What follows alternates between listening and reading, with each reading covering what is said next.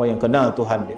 Jadi orang yang kenal Tuhan bermaksud bila kita menyebut nama Allah Subhanahu wa taala ada rasa cinta. Bila kita menyebut nama Tuhan kita, Allah Taala sebut dalam Quran, wajilat qulubuhum.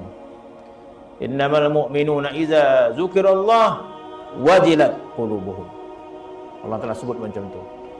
Hanya saja orang mukmin itu, maksud orang mukmin yang bersih, orang mukmin yang sempurna itu.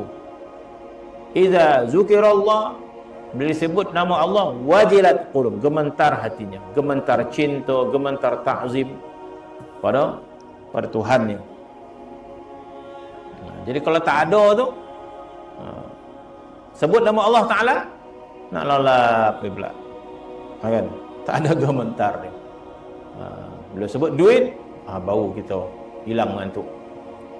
Nak masuk 20,000, 30,000, oh tak lalap kita, kan?